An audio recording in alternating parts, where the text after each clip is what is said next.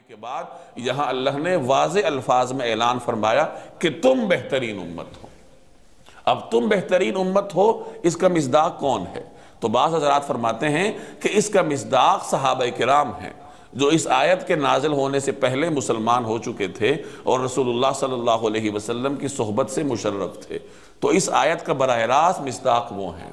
اور کچھ حضرات فرماتے ہیں کہ اس آیت کا مصداق وہ لوگ بھی ہیں جو ان صحابہ کے راستے پر چلیں۔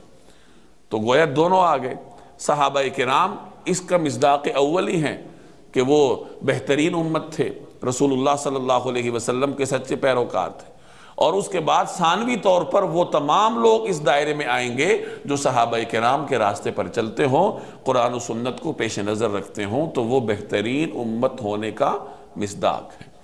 تو فرمایا کہ تم بہترین امت ہو۔ اب تمہاری ذمہ داری کیا ہے؟ تأمرون بالمعروف وتنہون عن المنکر، تم نیکی کی تلقین کرتے ہو اور برائی سے روکتے ہو، یعنی یہ صفت تمہارے اندر موجود ہے، تمہاری عادت ہے، تمہارا مزاج ہے، اور تمہاری اسی عادت کی وجہ سے اللہ نے تمہیں بہترین امت کہا۔ وَتُؤْمِنُونَ بِاللَّهِ